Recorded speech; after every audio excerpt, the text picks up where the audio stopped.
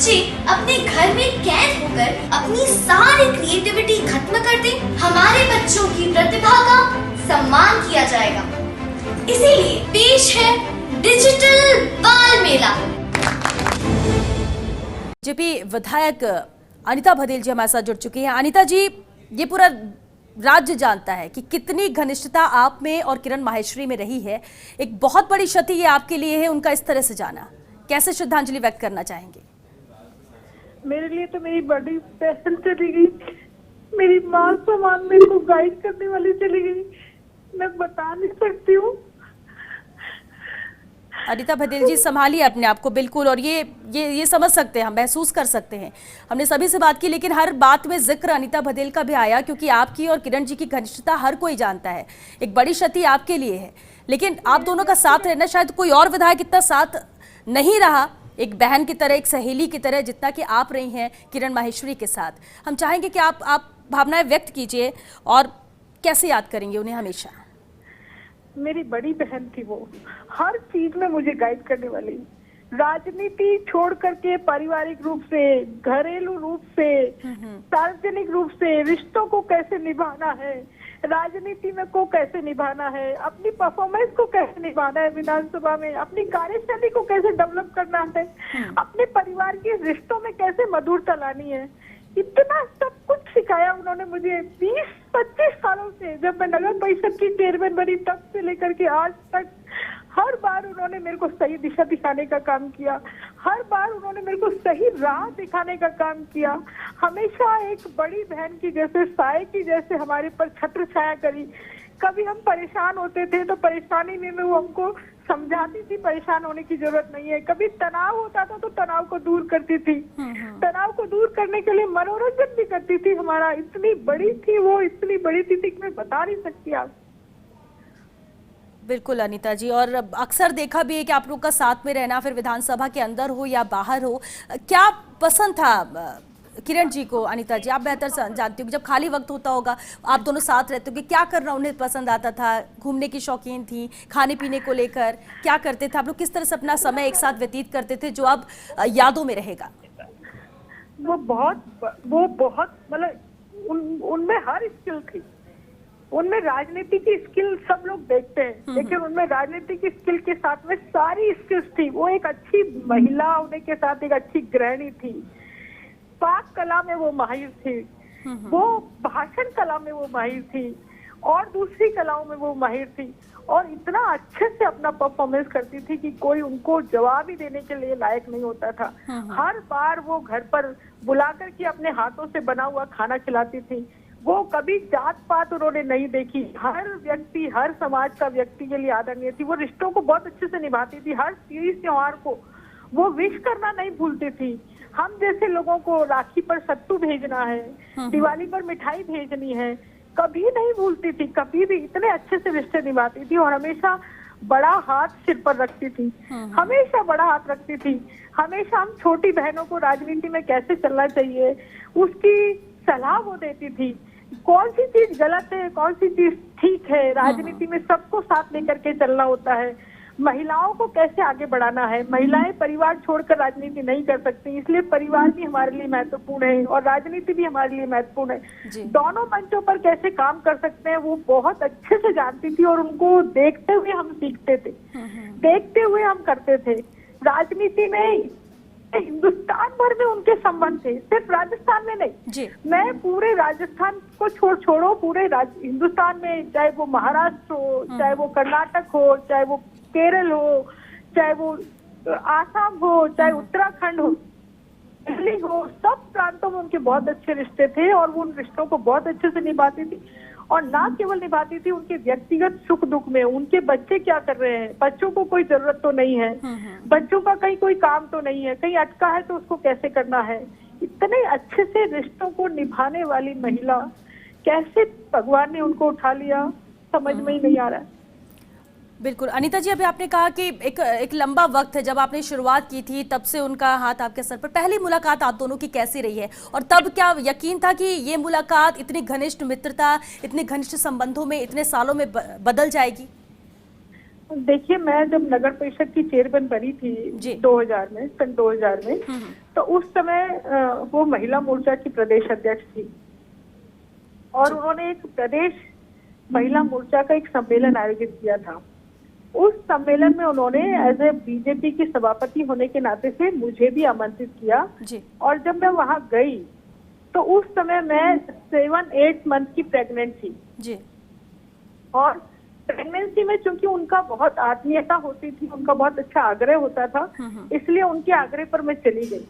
पर जब मैं गई तो उन्होंने मेरी स्थिति देखी तो उन्होंने मुझे एक बड़ी बहन की जैसे उसी समय मेरे को डांट लगाई। मुझे कहा तुम्हें नहीं आना था यहाँ पे। मैंने बोला दीदी आपने बुलाया था तो इसलिए मैंने सोचा चले जाती हूँ। तो मुझे नहीं मालूम था कि तुम 7-8 मंथ की प्रेग्नेंट होगी, मुझे मालूम होता तो मैं बुलाती नहीं।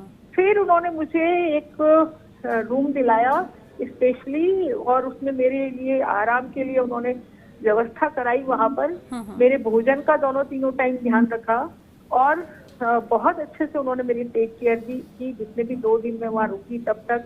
फिर जब मैं घर पहुंच गई तो मुझे फोन करके उन्होंने पूछा तुम ठीक सलामत घर तो पहुंच गई ना? मैंने कहा ठीक है ठीक है पहुंच गई। उस समय से हमारी जो मित्रता थी, उस समय जो हमारी मित्रता बनी वो इतने प्रगाढ़ रिश्तों में बदल गई, मुझे खुद को पता नहीं था। क्योंकि फिर पहली बार मेरे को एमएलए का चुनाव लड़ाया, उस समय भी दीदी हमारी पर्यवेक्षक थी, अजमेर की पर्यवेक्षक थी और उस समय उन्होंने टिकट दिलाने की उनकी भूमिका रही। और उसके बाद में फिर चुनाव को कैसे मेंटेन करना है।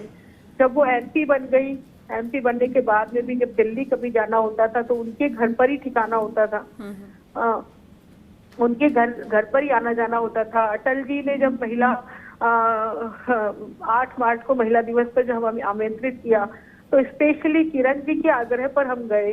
किरण जी ने वो सूचियां बनाई थी कि किन किन को राजस्थान से जाना है और उसके बाद से तो लेकर के आज तक टिल डेट तक ये सिलसिला लगातार बढ़ता ही रहा। हमेशा एक मतलब मैं तो कहती हूँ सिर्फ माँ एक होती है लेकिन वो मेरे माँ के साए के जैसे मेरे को उन्होंने संभाला। हमेशा जब कभी तनाव था, जब कभी परेशानी थी, तब उन्होंने मेरे को राह दिखाई, तब उन्होंने मेरे को ढांढस दिया, तब उन्होंने मेरे को तसल्ली दी। जब मैं मिनिस्टर बनी तब मिनिस्टर के टाइम में भी कैसे काम करना है, कैसे कार्यकर्ताओं के काम होने चाहिए, कैसे हम अच्छा काम करके अपना नाम कमा सकते हैं, सभी जगह साथ लेके जाना, सभी जगह साथ रखना, सारे चीजों में साथ रखना। कभी छूट गई पीछे तो वापस वो रुक भी जाती थी। वो बड़ी थी, उनको इंतजार नहीं कराना होता था हमें, लेकिन फिर भी कभी कभी हम गलती कर देते थे तो वो हमारे लिए रुकती थी, है ना, और रुक कर के हमें साथ लेकर के जाती थी। मैंने ऐसा व्यक्तित्व जीवन में कभी किसी दूसरे व्यक्ति का नहीं देखा। और महिला होकर के इतना सारा काम, इतना परिश्रम मैं उनसे सीखती थी। सुबह 5:30 बजे उठ करके वो वॉक करने जाती थी, योगा करती थी, प्राकृतिक चिकित्सा लेती थी, खुद अपना खाना खुद बनाती थी। विधानसभा में उनकी परफॉर्मेंस बहुत अच्छी थी, ना केवल अपने हाथों से बनाती थी बल्कि अपने हाथों से बना करके सबको खिलाती भी थी।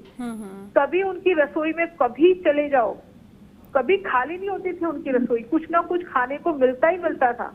कोई भी उनके यहाँ चला जाए तो बिना खाए नहीं आता था। उनकी मनुआर इतनी अच्छी होती थी कि बिना खाए कोई आ ही नहीं सकता था आदमी।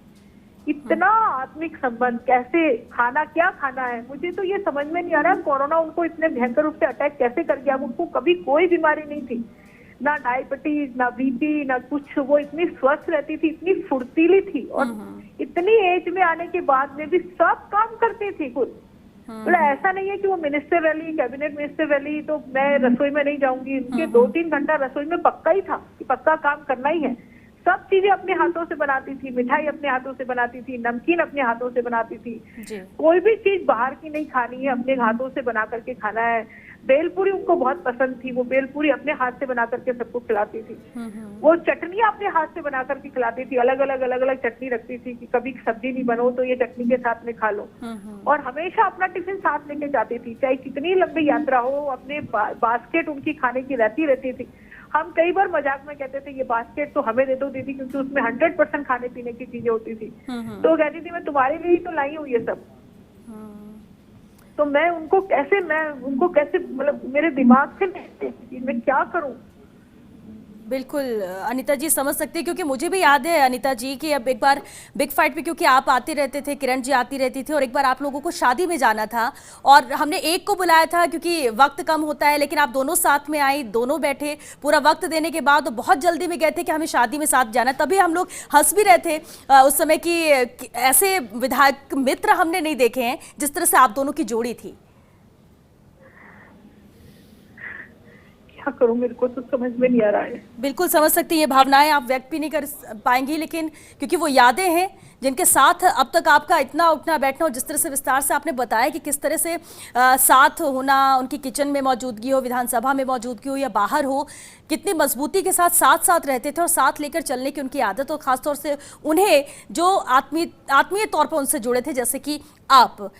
लेकिन जब 28 अक्टूबर को कोविड पॉजिटिव उनकी रिपोर्ट आई, जैसा कि आपने कहा भी कि बिल्कुल पॉजिटिव कैसे हो गई, ये भी बहुत वो था क्योंकि एहतियात भी वो बरतती थी और बहुत ख्याल भी अपना रखती थी।